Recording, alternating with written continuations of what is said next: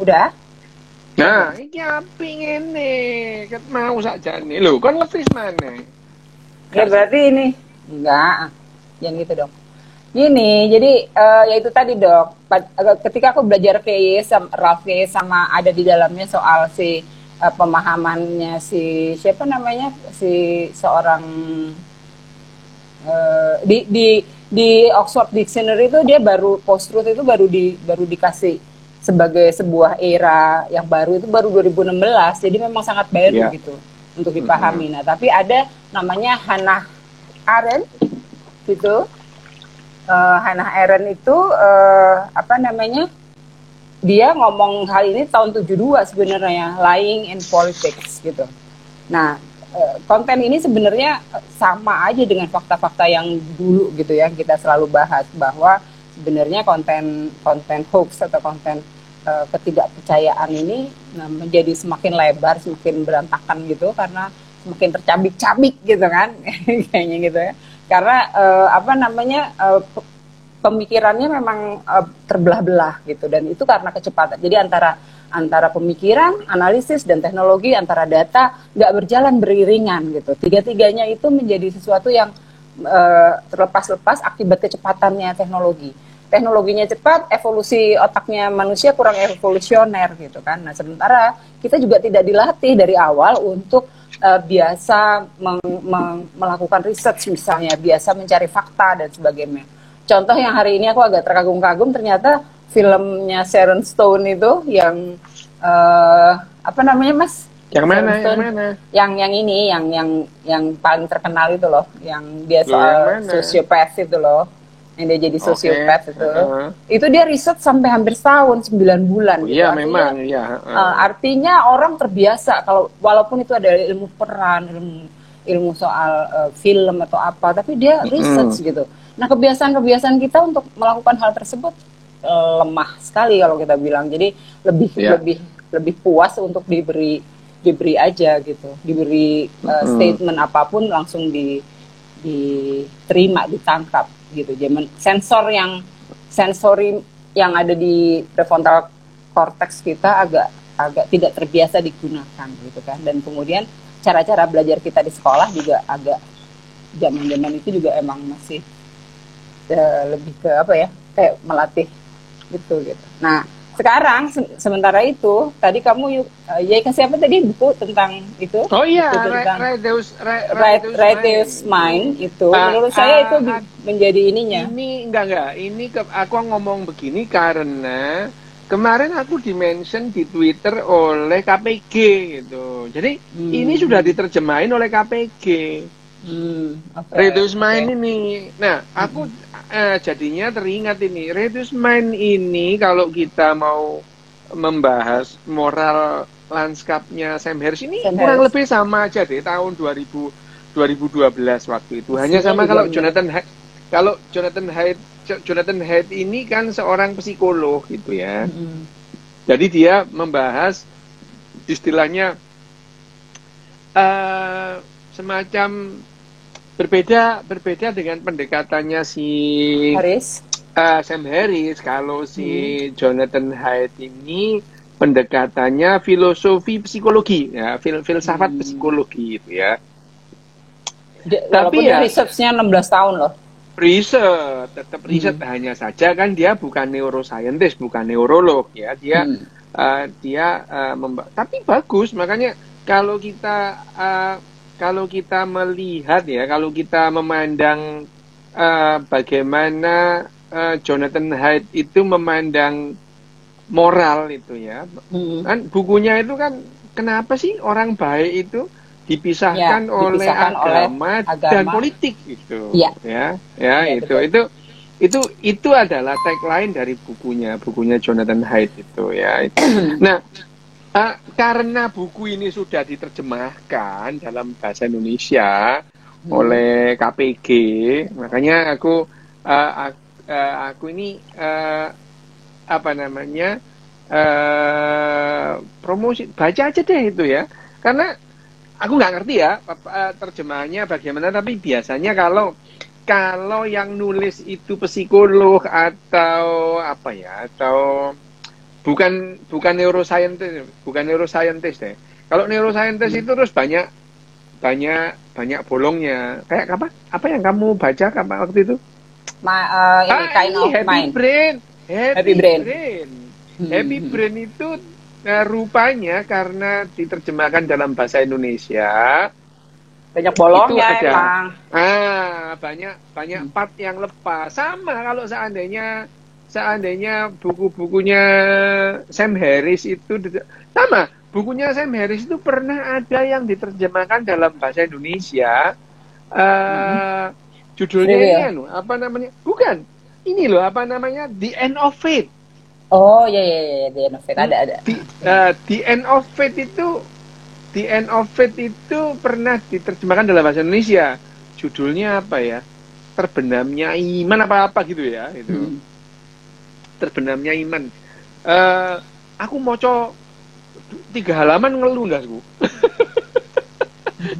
Iki sakjane ya apa sih gitu. Beneran nih. Aku moco 3 halaman. Aduh, iki bahasa Indonesia nih meletek ndasku. Wes tak tutup itu ya. Itu yang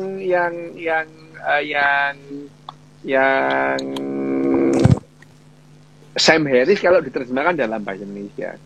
Cuman kalau aku lihat bukunya si terjemahannya Sopo, si Alwita itu, enggak, terjemahan si Sam Harris yang itu loh, Wita itu bagus sih sebetulnya itu. Kamu udah baca? Saya enggak. Udah dikasih sama Wita. Nah, itu bagus lumayan. Nanya kalau memang apa namanya hanya saja aku yakin deh kalau ini dibaca punyanya si Jonathan Haidt itu itu akan lebih apa ya? Lebih gampang dibaca gitu. Karena memang basisnya ini ya. Iya, psikologis. Apa namanya? Filsafat psikologi sosial dan budaya gitu. Ya, tapi walaupun dia menggunakan 16 tahun research-nya di Universitas Virginia. Itu. Aku pernah baca bukunya Sam Harris yang diterjemahkan itu, ya itu. Apa jenenge? Ini Moral Landscape. Bukan Moral Landscape. Yang tadi. The End of Fate. Ada juga. Kamu yang bilang ya, ada buku kecilnya Sam Harris itu apa? Itu satu babnya Free Will. Cuman Free Will. Tapi Free Will itu kan satu bab dari Moral Landscape itu. Ya? Satu bab dari. Ya. Oke, kita kembali ke anumu deh, ke apa namanya, ke poinmu yang kamu sampaikan tadi. Kenapa apa namanya hoax itu lebih menyenangkan. Iya, terus sekarang makin menjadi gitu ya. Makin menjadi. Menjadinya bagaimana? Nah, sekarang kalau kita membahas ya yang kamu sampaikan tadi. Bagaimana manusia ini terus kemudian mengikuti perkembangan zaman pasti selalu tertinggal. Nah, itu. Selalu tertinggal. Why? Otak kita itu ya nggak berevolusi sih sebetulnya ya. Onderdil otak kita sama persis dengan onderdil otak pemburu pengumpul. Iya, pemburu pengumpul. Cuman hanya saja kecerdasanmu dibandingkan kecerdasan pemburu pengumpul secara individual, kamu masih kalah. Masih kalah. Justru terdistorsi kan jadinya. Bukan begitu. Karena setelah memasuki era 12.000 sampai 10.000 tahun yang lalu, pada saat kita memasuki era pertanian. Itu, akhirnya kita dengan sukarela menyerahkan hal-hal yang memang tidak perlu kita pahami itu, ya. Kita belum pahami karena kemajuan setelah ada peradaban itu kita menyerahkan banyak hal kepada orang yang lebih ahli daripada kita. Oke. Ya, ada perbedaan, ada diferensiasi tugas, gitu ya. Ada diferensiasi tugas setelah terjadi pada peradaban. Sebelumnya kan nggak ada. satu orang ya harus melakukan semuanya, mulai dia berburu, dia terus kemudian mengupas, terus kemudian dia membawa barang buruan. Istilahnya satu orang pemburu pengumpul dengan orang yang lain itu sama keterampilannya. Keterampilannya sama persis. Membuat anak panah semua orang diharuskan punya, gitu ya. Misalkan membuat tali, semua orang diharuskan bisa, gitu. Tapi itu berjalan selama ratusan ribu tahun. Keterampilan mereka ya itu saja, gitu. Sama satu orang, gitu ya. Mungkin mereka caranya saja dia mengajarkan cara membuat busur, membuat anak panah, gitu ya. Tetapi selama ratusan ribu tahun nggak berkembang. Dia hanya menggunakan anak panah. Nih loh caranya membuat anak panah gini, caranya membuat busur yang bagus kayak gini ya. Dan mereka semua orang kemampuannya dan keterampilannya sama. Nah, kenapa? Ya memang individual itu. Individual. Setelah terjadi revolusi pertanian, ada diversifikasi atau diferensiasi tugas itu. Keahliannya jadi spesifik masing-masing. Ada yang tugasnya cuma nandur pari gitu ya, nanam padi. Ada yang tugasnya cuma jadi kepetengan. Kon ngerti kepetengan enggak, Kon? Enggak, apa? Ngerti? Something meteng gitu enggak? Ngawur. Kepetengan itu orang yang tugasnya itu ngairi air, mengairi sawah pada saat masih gelap gitu. Jadi kepetengan itu dia bangun pagi-pagi buta untuk memastikan air itu mengalir ke sawah-sawah. Itu namanya kepetengan itu. Oh, ini juru kunci itu aku bilangnya juru kunci kali. Pengairan. Iya, soalnya kan kalau di Jombang tuh kan aku itu ada yang tukang buka pintu air itu loh.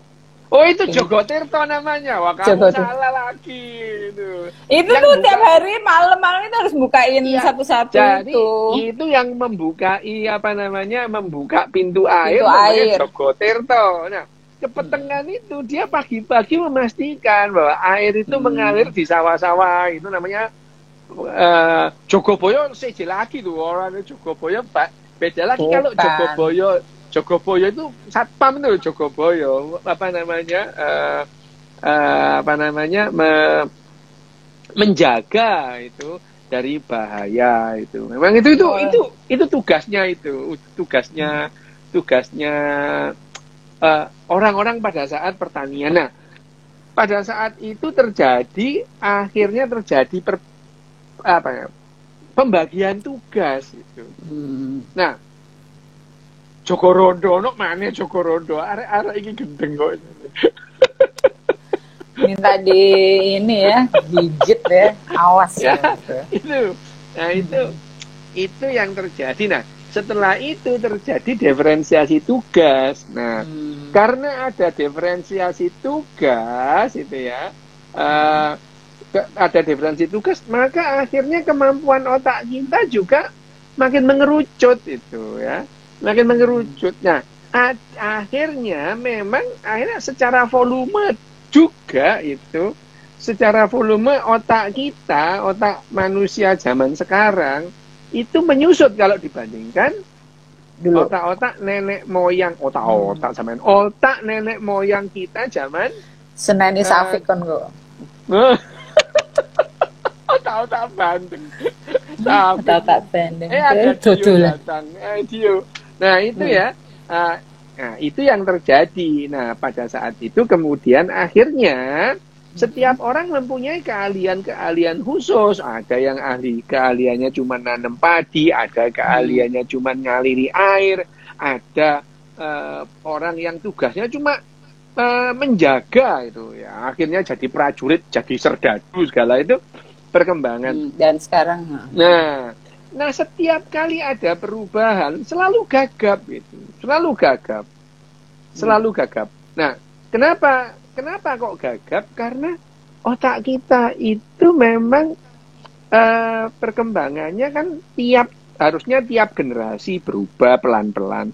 Tapi begitu ada satu generasi terjadi perubahan pola, pasti gagap dan tidak akan bisa tidak akan bisa mengikuti kecuali orang-orang gila ya, kecuali orang-orang gila.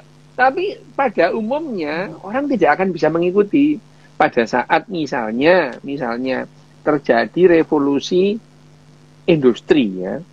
Ada revolusi industri itu ya. Pada saat revolusi industri orang gagap semua. Ya. Gagap semua. Mereka tetap memandang bahwa kayak di bukunya siapa itu yang itu Daniel Goleman ya, yang ketika kemudian yang tadinya kupu-kupu putih mereka kaget gitu. Yang tadinya kupu-kupu selalu hitam. Nah, itu kan kagetan tersendiri. Itu juga mereka Daniel Goleman ya. Kalau yang namanya kupu itu satu generasi cuma beberapa hari itu ya. Jadi mereka itu berevolusi dengan cepat gitu. Seperti kalau misalkan bakteri beberapa menit dia menjadi 2, jadi mereka bisa berevolusi dengan cepat. Manusia ini satu generasi memerlukan waktu 15 sampai 20 tahun baru dia beranak itu ya. Jadi evolusinya lebih lambat. Aku mensikapi yang 20-30 tahun itu gitu ya.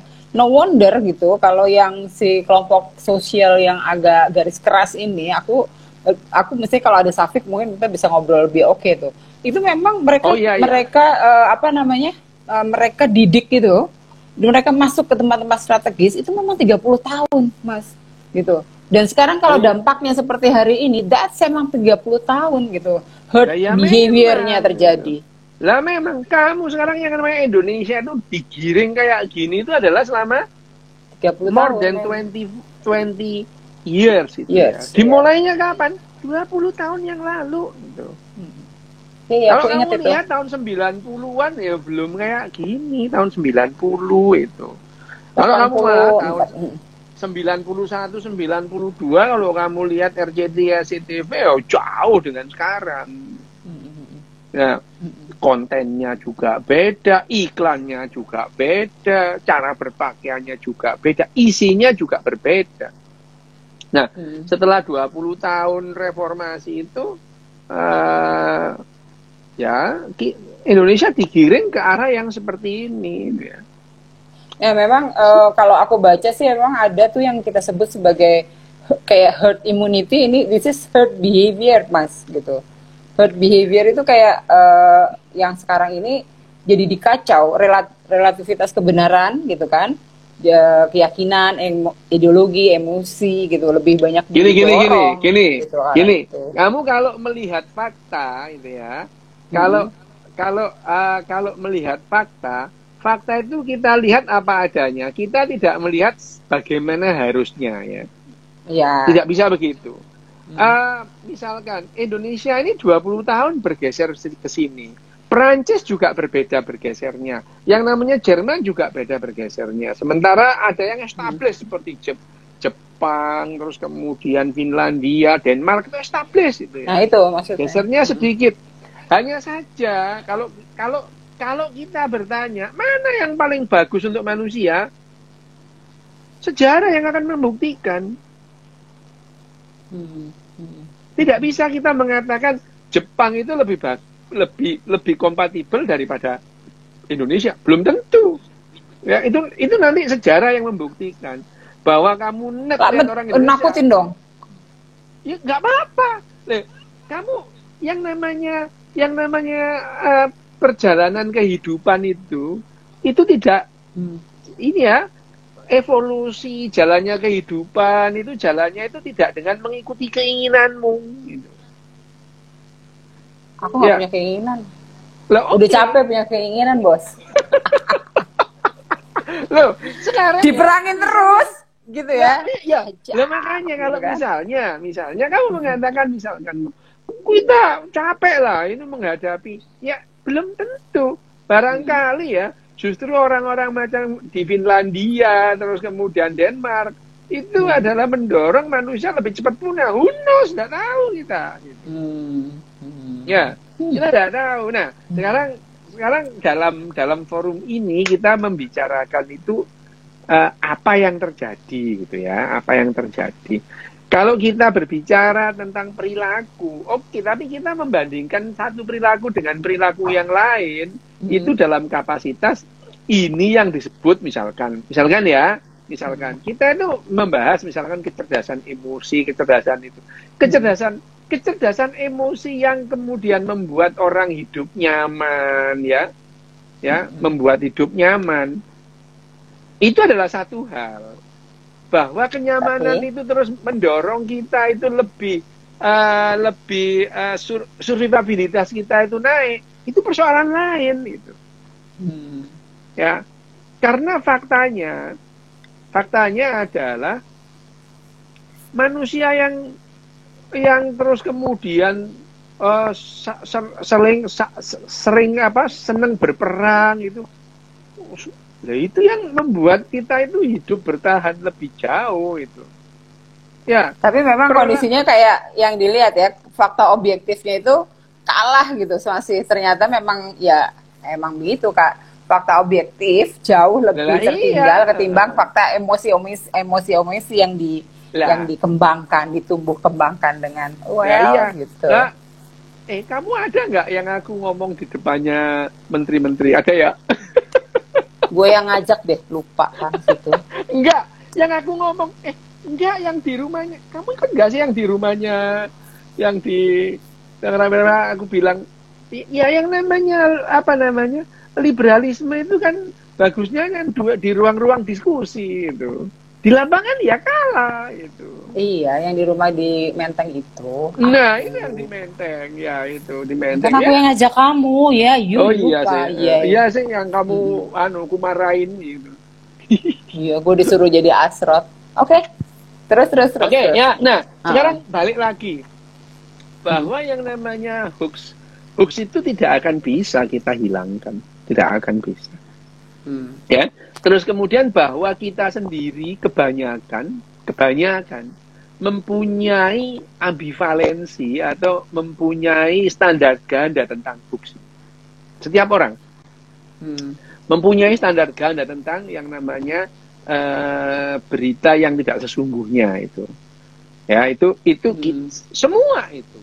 Karena apa? Orang itu berpegang pada nilai. Begitu orang berpegang pada nilai yang tidak disepakati, ya, tidak disepakati dengan orang lain, akan selalu berpeluang menimbulkan persoalan. Itulah yang ditulis Jonathan Haidt ini. Memang. Gitu. Perbedaannya karena memang ada di dalam di gennya memang seperti itu, sesuatu yang tumbuh dengan moral. Nggak usah jauh-jauh deh. Kamu omong-omongan bersama temanmu 2 orang. Begitu moralitasnya itu berbeda. Nah, itu sudah bisa bermasalah. Kamu terbelah. Di situ sudah terbelah. Ngomong berdua deh, nggak usah banyak-banyak itu ya. Nggak usah kamu ngomong berdua sama siapa misalkan. Ngomong mengenai satu hal. Begitu nilai yang kamu pegang nggak sama, kamu akan terbelah. Dalam hal-hal pantesan aku sama kamu sering kali itu ya. Kenapa? Tidak pernah berpegang pada nilai, sorry ya. Gitu. Kamu pegangan sama apa sampai amplop? Kalau aku ngomong seperti ini, aku nggak pernah berpegang pada nilai. Aku berpegang pada yang namanya konsekuensi. Oke. Yeah. That's a good one. Jadi ada sesuatu yang kemudian fleksibilitas setiap orang diperlukan dalam konten itu, berpegang pada konsekuensi. Jadi it's a matter of every effort gitu, hasilnya adalah konsekuensi. Sama juga misalnya salah minum susu gitu kan, itu juga sesuatu yang konsekuensinya ngeblak gitu. Ada tuh nyusu, hasilnya susu. Misalnya kalau sering kali terjadi karena kita dari kecil sudah dibiasakan berpegang pada nilai gitu. Itu Haidt nulisnya gitu. Jadi moralitas itu tertanam dari kecil, terdidik seperti itu. Dari kecil gitu. Kamu berpegang pada nilai, dan nilai itu kamu kembangkan sendiri. Orang nggak boleh gini, orang nggak boleh gitu, padahal kamu nggak dirugikan apa-apa itu. Kamu nggak dirugikan dengan apa yang dikatakan orang. Even orangnya itu bohong, kayak tidak menyampaikan yang sesungguhnya, kayak itu pertanyaannya merugikan apa dia sama kamu? Itu. Banyak sekali orang yang kemudian emosi jiwa gitu ya.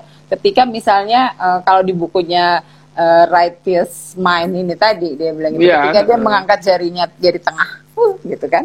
Gitu kan. Jadi dia bilang itu, buku Hedge bilang itu sesuatu ide-ide yang menantang orang gitu, karena di situ dia tumbuh sesuatu pikiran-pikiran yang berbeda substansinya ketika dia berbicara dengan jempol gitu misalnya. Jadi ini seru banget gitu karena bukan hanya itu, misalnya kamu menerima sebuah kebohongan yang kamu sukai, tapi kamu tidak mau menerima kebohongan yang tidak kamu sukai. Contoh, tidak semua orang senang sama kamu itu. Ya, semua orang senang kamu.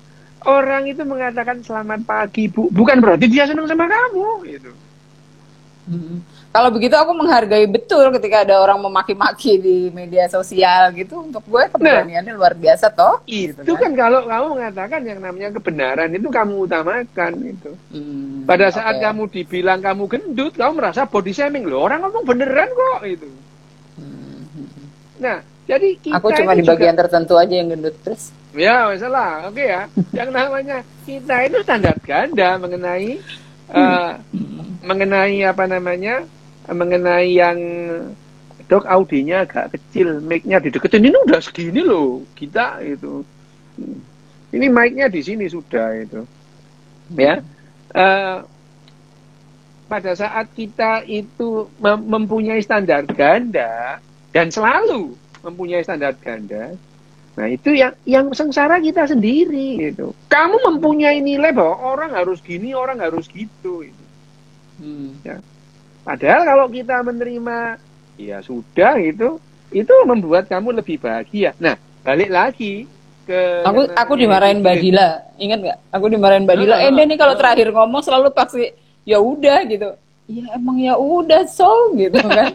Dia dulu marah-marah kan si tante nenek itu kan. Nah, makanya tante nenek kamu itu. Wah, emang udah punya cucu, boleh dong. Iya, I know, tapi kamu ngomong tante nenek, ya nenek tante kayak gitu. Ya. Ya oke. Balik ya ke tadi. Ya aku tidak mengatakan sebagaimana sebaiknya itu.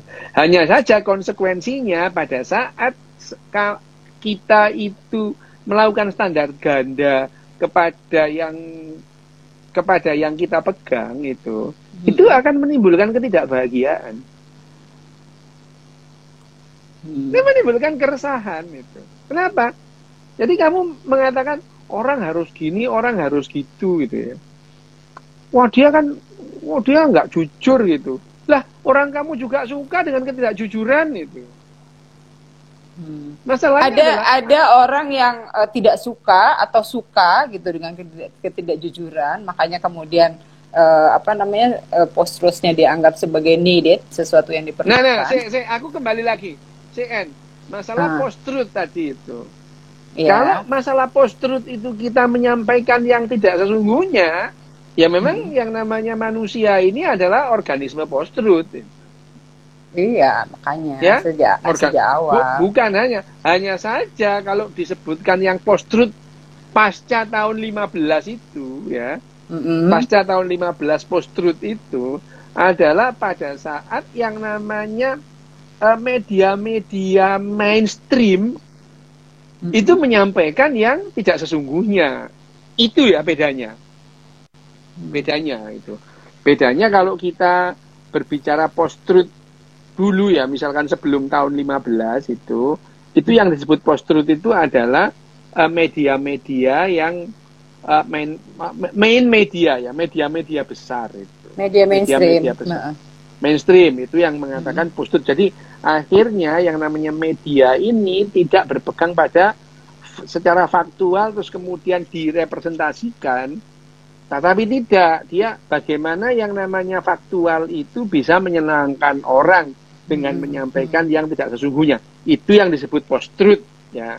Hanya saja kalau dikatakan bahwa post-truth itu menyampaikan yang tidak sesungguhnya, Ya manusia emang post-truth sejak awal itu. Karena narasi bahasa verbal manusia untuk menyampaikan yang tidak sesungguhnya. Terciptalah manner itu ya, tata krama. Terciptalah Tata apa krama. yang namanya? Iya. Tata krama. Etik tata krama gitu yang bicara di situ. Ya, dan tata krama ini kan yang namanya kita sepakat untuk saling bohong, saling menyatakan tidak sesungguhnya itu. Ya, direktur boleh aja benci sama sekretarisnya, tapi nggak boleh ngomong gitu. Supaya perusahaannya jalan. Sama juga, anak buah boleh benci sama bosnya, tapi nggak boleh diomongin. Kalau kita memahami ini ya, kita meskipun tahu misalkan ya, direktur misalkan sama anak buahnya saling tahu lah mereka saling benci, tapi dia dalam suasana kerja mereka saling memuji. Why not itu ya? Why not? Yang penting tidak saling menipu, tidak saling merugikan. Kamu dirugikan apa itu? Itu ya, itu yang bedanya menipu dengan berbohong. Dengan bohong, ya betul. Itu. Makanya bahasa pun terjadi perubahan-perubahan apa ya namanya? Ada sesuatu yang berubah gitu secara itu karena kemudian tidak mengutamakan fakta tapi mengutamakan juga beberapa yang memang diharapkan gitu ya. Nah, sekarang kita balik ke soal ininya Dok, soal how to memilah. Karena pada dasarnya ada tuh research yang bilang bahwa pada dasarnya otak bisa memilah yang mana yang dia butuhkan, mana yang kemudian dia sebenarnya dia tidak sukai. Nah, repotnya yang dibutuhkan itu kadang-kadang sangat tidak semakin menjauhkan dari kebenaran yang bukan ideologis, tapi sesuatu kebenaran yang memang yang punya konsekuensi logis pada tubuh gitu, pada pemikiran, pada sikap kayak gitu. Gimana memilahnya Dok? Jadi orang kadang-kadang kan merasa hoax itu harus dipilah karena hoax itu merugikan. Kan nggak semua hoax merugikan. Ada hal yang memang secara positif bisa membangun itu tadi kan, swarm intelijennya jadi terbangun dengan cukup baik gitu. Tapi ketika kemudian dia harus memilah mana yang tidak merugikan orang lain, gimana caranya? Berlatih, oke, fine, tapi apa yang dilatih gitu? Apa Dok? Ada hoax yang destruktif, ada memang itu ya. Hoax itu akhir-akhir ini banyak hoax yang destruktif memang. Terus destruktif untuk swarm intelligence ya, itu juga konsekuensi gitu, bahwa kemudian dia istilahnya terjadi fragmentasi pada sebuah kelompok besar karena hoax, terus kemudian dia pecah menjadi beberapa kelompok, tapi kelompok itu demikian kuat sehingga dia itu menjadi dominan, bisa mengendalikan kelompok lain. Itu yang terjadi selama ribuan tahun ini gitu. Ya. Nah, yang sekarang kita hadapi adalah pada saat kita masuk dalam era humanisme loh ya. Sehari-hari kan kita humanis, sehari-hari lah ya. Sehari-hari itu kita humanis. Hanya saja ide yang kita pegang itu masih memegang misalkan teologisme misalnya. Kalau kita ngomong humanisme itu apa sih? Humanisme itu pada saat manusia itu berpolitik terus berideologi, tidak lagi mengkonsumsi teologisme. Itu yang namanya humanisme itu. Tapi sementara konten tersebut di bukunya Haidt bilang itu tadi tuh masih memegang pada ideologi religius misalnya atau gitu. Itu tidak bisa hilang begitu saja karena yang namanya religiositas atau teologi ini itu hampir 10.000 tahun berpegang itu. 10.000 tahun. Ya. Sejak peradaban itu. Sehingga ya otaknya manusia itu sangat akrab dengan yang namanya teologisme itu. Sangat akrab. Jadi bahkan menganggap kayak di bukunya tadi tuh si Haidt tuh bilang bahwa memang membentuk moralitasnya sendiri itu adalah moralitas yang tergantung dia menangkapnya pada saat dia menangkapnya dalam konten konstruksi sosialnya misalnya moralistiknya soal religius ya itu yang dia tangkap gitu. Iya. Di bukunya gitu soalnya bilangnya. Seringkali ada uncompatibility gitu ya. Tidak kompatibel itu. Berbeda karena misalnya arus utamanya sekarang ini negara mana yang tidak menerima liberalisme? Semua menerima itu. Seragam kok kita itu. Seragam itu. Mulai benderanya sama, semua sistemnya sama. Gitu. Ya sama itu. Bahwa yang namanya misalkan boleh lah bentuknya bendera sama. Bendera yang tidak sama itu cuma satu. Tahu benderanya apa? Bendera itu di mana-mana seluruh dunia ini ya. Bendera itu modelnya kayak gitu, strip kotak warnanya merah, biru, kuning. Semua mirip, semua serupa. Cuman satu negara yang berbeda. Benderanya segitiga, Mongolia itu. Ya. Mongolia itu kata itu. Jadi belok dikit. Jadi Mongolia itu, aku punya teman satu orang Mongol di World Bank waktu itu. Dia bilang itu, kenapa ya kami negara yang tidak terlalu banyak berharap tapi ya, damai. Mongol itu akhirnya benderanya juga sama gitu. Kembali. Sama, baik gitu. Ya itu. Sama, Mongol itu akhirnya benderanya sama. Karena ya harus ngikutin semuanya. Nah, sekarang itu kayak kesepakatan internasional gitu. Kesepakatan itu. Ya, kesepakatan. Sama seperti moral itu juga kesepakatan kan? Sama, kesepakatan sama. Nah, masalahnya adalah meskipun lah kamu negara-negara itu berpegang pada liberalisme. Nah, misalnya sekarang tetap aja orang itu usulan contohlah ISIS itu berpegang pada teologisme itu. Tapi pada saat dia minta diakui sebagai negara itu. Dia minta diakui sebagai negara itu. Sama harus pengakuannya. Nah, yang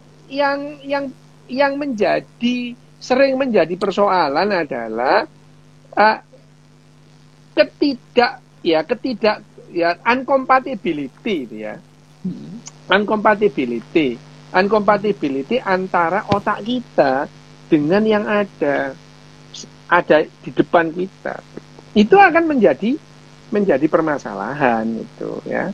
Hanya menjadi permasalahan. Hanya saja ya, mana yang akan lebih yang akan lebih relevan, bahkan lebih mendukung survivability, itu nanti sejarah yang menjawab. Seperti juga gagasan soal kebebasan gitu-gitu ya, keadilan. Nah, iya, setiap orang akan berbeda kontennya kan. Tergantung compatibility lingkungan dia berada dan kemudian cara dia bertumbuh dari kecil dan pendidikannya gitu. Iya. Sekarang itu misalkan kita berpegang pada humanisme lah ya, misalnya humanisme, terus kemudian kita berpegang pada humanisme. Nah, kemudian kita melihat negara-negara yang mengedepankan humanisme, ya, menghargai kehidupan itu. Liberalisme juga bebas sebebas-bebasnya. Enggak, liberalisme itu juga bukan bebas sebebas-bebasnya. Kebebasanmu dipagari oleh kebebasan orang lain itu. Keadilanmu juga dibatasi oleh keadilan orang lain. Nah, ya kan? Nah itu salah lagi kamu. Keadilan nggak pernah tulisannya gitu. Lah, ya seperti itu kan, kebenaranmu beda itu, nilai dan yang namanya faktual benar salah itu adalah berbeda. Kalau kita ngomong kebebasanmu, kamu bebas ngapain aja. Hanya saja kebebasanmu itu dibatasi kebebasan orang lain itu. Keadilan? Nah, itu keadilan. Apa yang namanya keadilan? Toh keadilan itu kesepakatan. Itu bukan individual itu. Kamu yang namanya keadilan itu kan kesepakatan. Apa yang disebut adil? Kesepakatan itu. Tentu, kalau tapi kan gini loh, secara individual misalnya ya, ketika dia mengungkapkan merasa dia diposisikan tidak adil. Gitu sekarang kan? Aku nanya. Nah sekarang gini, keadilan itu dasarnya apa? Itu kan nilai bersama. Apa yang disebut adil? Itu adalah nilai bareng. Itu masuk moral. Tapi kalau kebebasan itu individual gitu. Nah, beda. Aku sih merujuk pada kasusnya yang apa sih ibu-ibu yang merasa rasan-rasan di warung berisik banget nih azannya gitu lalu dia dipenjarakan. Itu something yang menurut saya nilai keadilannya dia berbeda dengan nilai keadilannya masih banal kan gue. Bandel banget. Ya bukan begitu. Ini kan kalau kamu ngomong begitu ini masalah hukum positif yang berlaku aja itu. Itu kan masalah hukum positif yang berlaku bahwa di negara bumi bleber itu kalau kamu menghina satu agama, nah kamu ya namanya blasphemy. Meskipun blasphemy itu adalah the victimless crime sebetulnya itu. Nggak ada korbannya itu. Kamu kriminalitas yang tidak ada korbannya itu adalah blasphemy. Blasphemy is victimless crime. Nah, tapi kalau itu dianggap sebagai hukum positif ya itu keadilan namanya itu. Ya makanya kalau apapun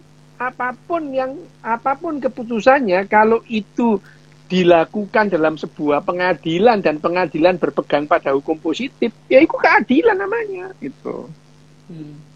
Keadilan. Hanya saja kebebasan itu kamu bebas. Tapi pada saat kebebasanmu itu dibatasi kebebasan orang lain, nah itu yang namanya liberalisme. Liberalisme itu bagiku waktu aku SMA juga ngarang nggak mungkin lagi opo gitu ya. Ya, agak terlalu ya. Waktu aku tahun 70 aku lebih berpegang pada komunisme dan sosialisme itu ya. Ini lebih masuk akal itu tahun 70-an ya itu. Ini lebih masuk akal itu. Ya waktu itu belum ada Walkman, belum ada apa gitu ya itu. Jadi pembatasan terhadap konten sosialnya masih sangat. Tapi ini kita berbicara mengenai apa yang ini konsekuensinya ya konsekuensi. Nah, kalau kita terus kemudian berpegang lagi pada nilai, nah ya udah itu. Nilaimu itu kamu buat sendiri kok itu ya itu. Ya itu ya itu nilainya dibuat sendiri. Nah, pada saat nilaimu tidak sama dengan nilainya orang lain itu. Wah, sapa? Santi takon, tahun 70 umur piro? Yo kurang ono ae 70 dikurangi 1 ya. Ada yang meragukan bahwa kamu 1, Mas. Ya biarin aja itu. Nah, pada saat kita itu mengalami kegagapan menghadapi fakta yang terjadi di depan kita itu yang kemudian kita seringkali menemui masalah. Ya, menemui masalah itu. Pada saat waktu itu aku tahun 77, 78, kalau ditanya misalnya waktu itu idolamu siapa? Enggak bakalan ngomong Queen atau enggak. Waktu itu yang kita pegang adalah Bob Marley, Che Guevara gitu ya. Nah, kamu ya 9 tahun gitu ya. Sopo sing nanya gitu ke kamu untuk tanya idolamu Che Guevara. Mungkin yang nanya juga nggak ngerti siapa itu Che. Mbakku itu. Ya ngerti lah mbakku Che itu. Ya, pada saat aku SMA ditanya gitu ya paham itu. Che ini ya itu. Ini Che. Tahun SMA itu ya gondrong ngikuti. Gondrongnya itu bukan ngikuti gondrongnya John Lennon. Bagiku John Lennon apaan itu ya. Apaan John Lennon itu. Tapi yang rambutmu lurus, Bu. Loh, tapi kan gak keramas, jadi gimbal gitu. Oke. Ya, fenomena gak keramas sih kabeh ono sih, temen-temenku juga gitu sih. Lah iya, gak keramas. Nah, macam itu sebetulnya ya pada saat terus kemudian tahun 88 terus kemudian komunisme tumbang itu. Ya banyak orang yang kemudian kecewa, tapi aku ya biasa-biasa aja, wajar lah itu ya. Wajar itu, orang mulai tahun 80 udah terdesak itu. Tahun 80 begitu ada apa namanya? Ada Walkman, udah langsung kedesak itu. Musik rock jadi terus kemudian apa namanya?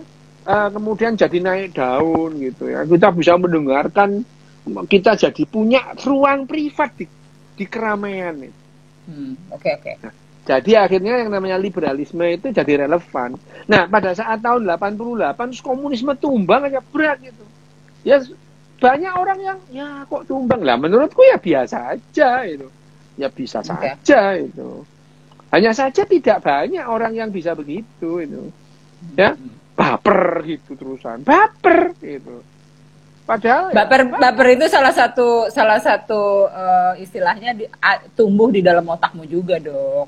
Lah, iya memang. Ya kan? Jadi setiap orang juga ada hal yang memang punya kebaperannya sendiri pada konten tertentu. Baper itu gitu. Dalam batas-batas tertentu bagus itu.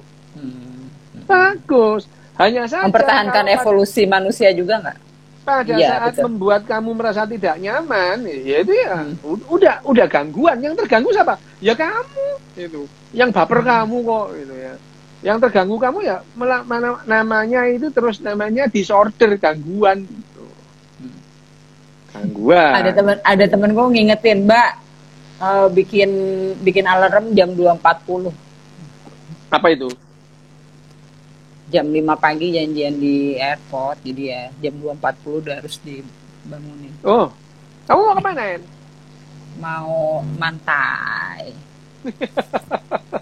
Mantai dulu seminggu, ya kan Kak ya, gitu. Jadi ada nih Mas, balik ke kalau kita bicara siapa tadi hate gitu ya, ada hate gitu ya. Jadi dia juga mengutip filsuf Jerman gitu, namanya Bettina Stengnes gitu kan, bahwa ada pengecualian dalam konten moralistik tertentu, bukan moral, ada pengecualian tertentu yang jangan dimasukkan konten-konten tersebut menjadi idealistik sebagai konten moral dalam tanda kutip atau konten-konten sosial, harus berdasarkan fakta utuh ketika kontennya harus mengenai mengenai hal-hal yang secara eksplisit ada nih di depan kita. Contohnya kayak virus gitu kan. Itu kan kita bukan bermain tentang moralitas, ideologi atau berdasarkan apa, tapi yang kita harus mainkan adalah fakta, benar-benar fakta. Susah banget gitu kemudian orang menghadapi itu karena otaknya udah terlanjur dimainkan dalam hal-hal yang ideologis lah, politik lah. Gitu. Bukan gitu, otak kita itu lebih berkembang merespon yang namanya pola itu dengan cepat, emang emosi gitu. Memang itu. Jadi kalau kamu melihat orang baperan itu juga nggak bisa kamu misalkan kamu nasihatin, Bu, kamu jangan baperan. Ya nggak bisa, memang begitu. Nggak menasihati. Kadang-kadang bertanya pun dia baper gitu, gimana dong? Lah iya makanya. Kamu juga nggak perlu heran ada orang kayak gitu. Iya, ada orang kayak itu sudah. Ada orang kayak kamu juga aku nggak heran sih gitu kan? Iya itu. Ya memang nggak heran, ngapain itu. Hanya saja kalau kita itu melihat bahwa yang namanya otak kita itu, kamu sudah dilatih untuk baper sejak kecil. Ya baper kamu itu.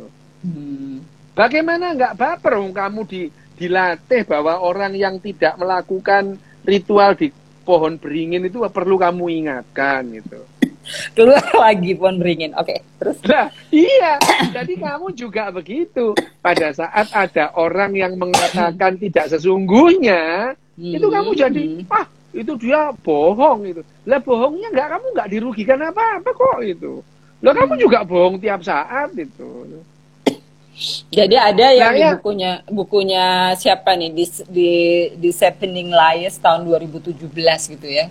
Mereka menyebut sebenarnya konten ada yang ditulis sama di dalam bukunya Bettina Stengnes itu tadi yang orang Jerman itu, bahwa kemudian si berbohong ini sebenarnya lagi-lagi kontennya toh tidak menyakiti seperti kamu bilang, tapi juga sebenarnya dia juga melindungi diri Mas gitu kata-katanya. Di Sepening Lies ini bilang bahwa dia melindungi diri dari sesuatu yang mungkin yang mungkin attacking untuk dia tapi orang lain nggak tahu gitu. Jadi dia sebenarnya bersembunyi di balik diri yang mengenusur hanya mereka.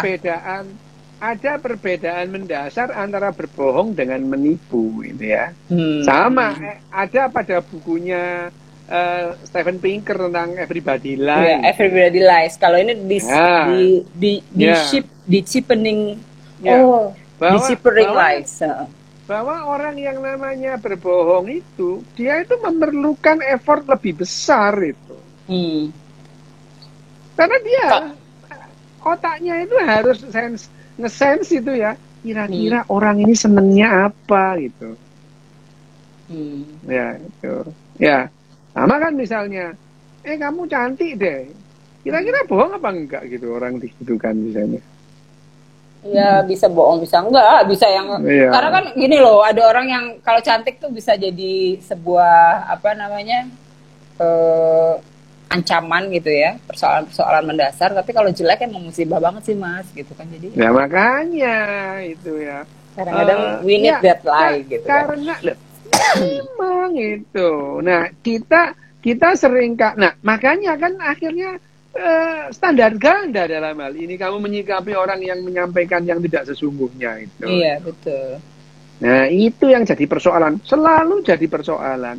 Karena standar gandamu itu kamu sendiri yang menentukan itu. Kamu orang lain bohong, kamu nggak apa-apa. Tapi orang yang tertentu bohong, kamu mencak-mencak itu. Aku nggak pernah menca-menca. Ya biasanya itu ya. Ini How do you know? I'm not.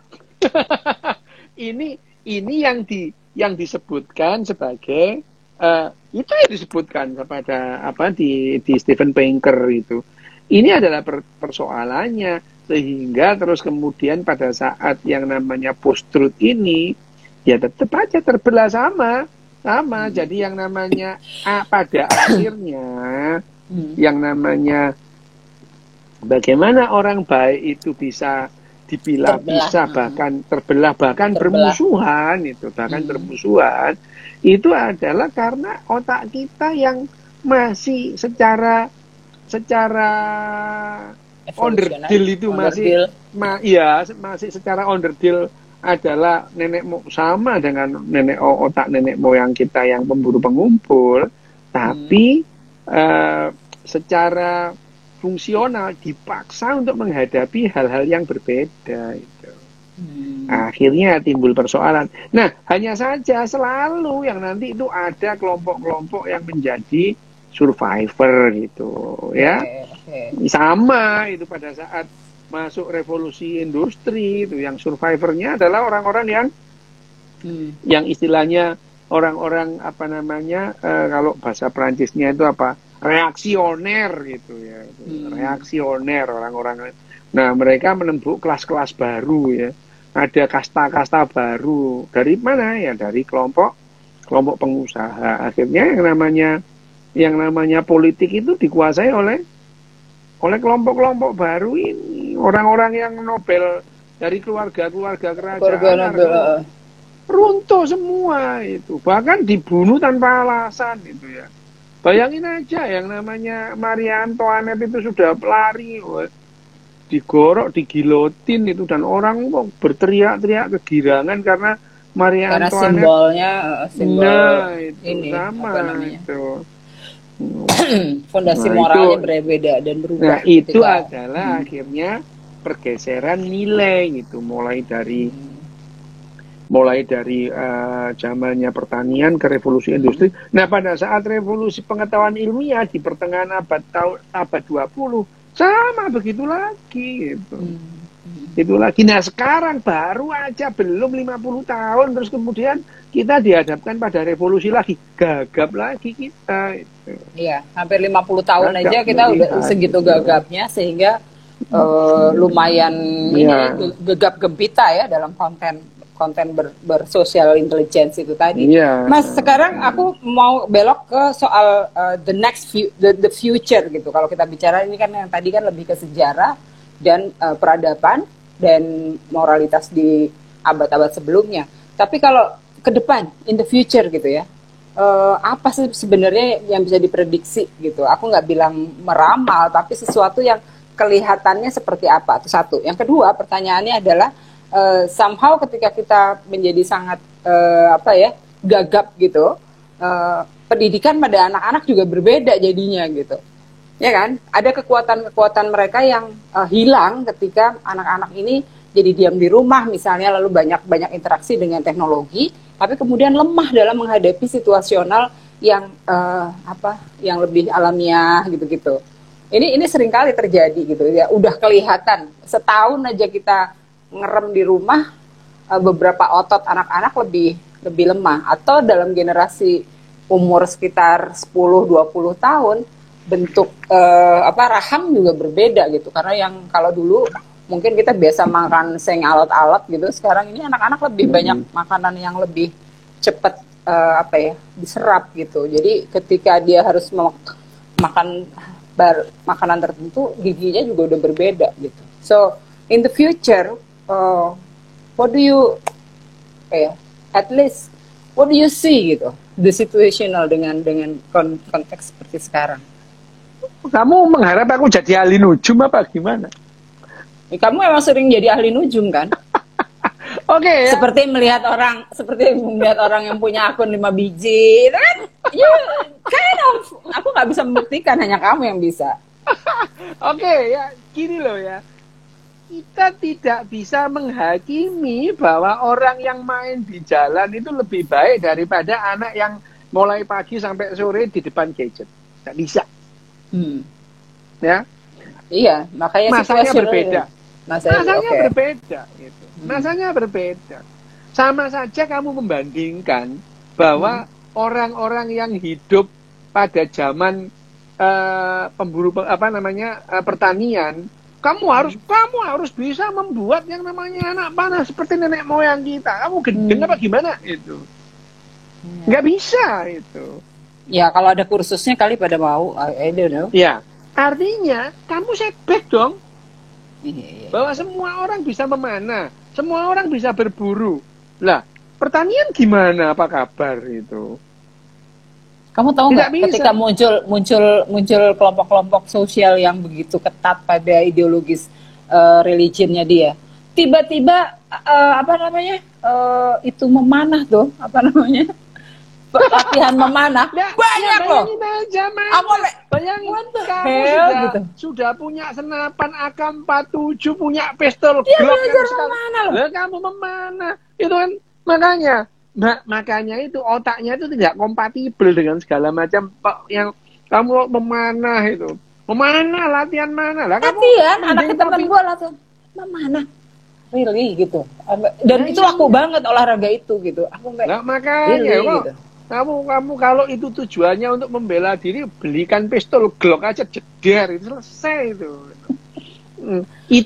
Itu yang terjadi pada yang dilakukan oleh Meiji itu. Meiji itu melihat orang Jepang waktu itu ya, shogun dan samurai itu bangga dengan yang namanya katananya, kemana-mana bawa katana. Lah ya namanya untung ya, yang namanya Jepang ini punya orang gendeng namanya Meiji itu ya. Makanya terus kemudian ini kalau mereka itu tetap kebanggaan dengan segala macam katananya itu dipegang, mereka nggak kemana-mana dulu, dilarang itu ya. Dilarang dengan pedangnya itu dilarang. Kenapa? Sekarang zamannya senapan itu. Akhirnya terjadi Meiji restorasi, hal-hal yang tidak bisa menyaingi kekuatan dari dunia barat dihapuskan. Nah, untungnya Jepang itu punya kaisar gendeng kayak gitu itu. Itu yang membuat berbeda.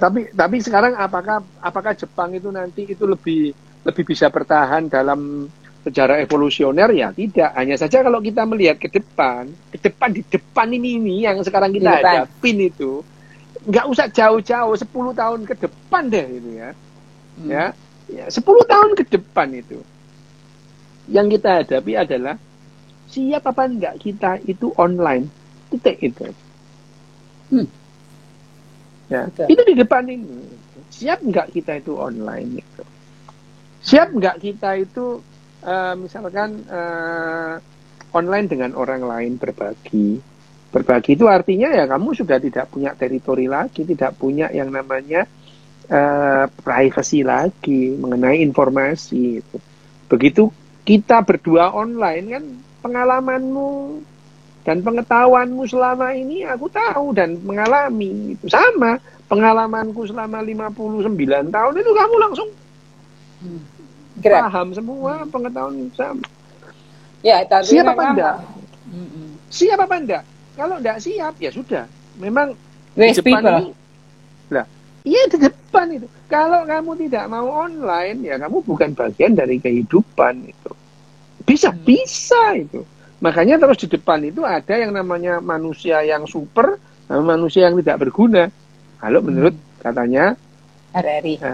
Harari gitu. Di depan lah sebentar lagi gitu. Udah di depan mata.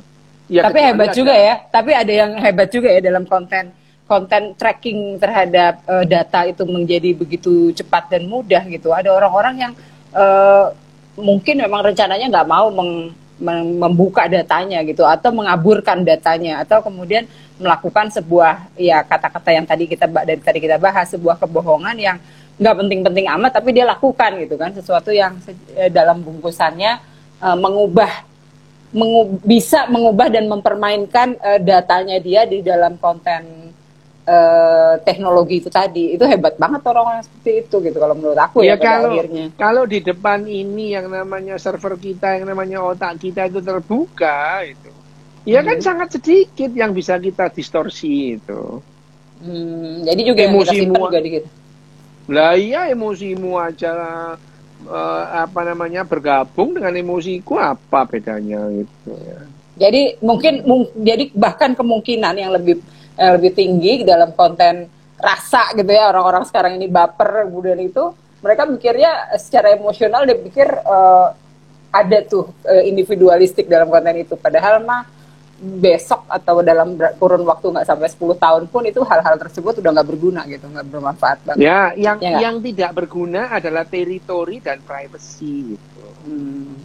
Kamu punya aku, itu sudah tidak berlaku lagi. Orang kita live as one itu.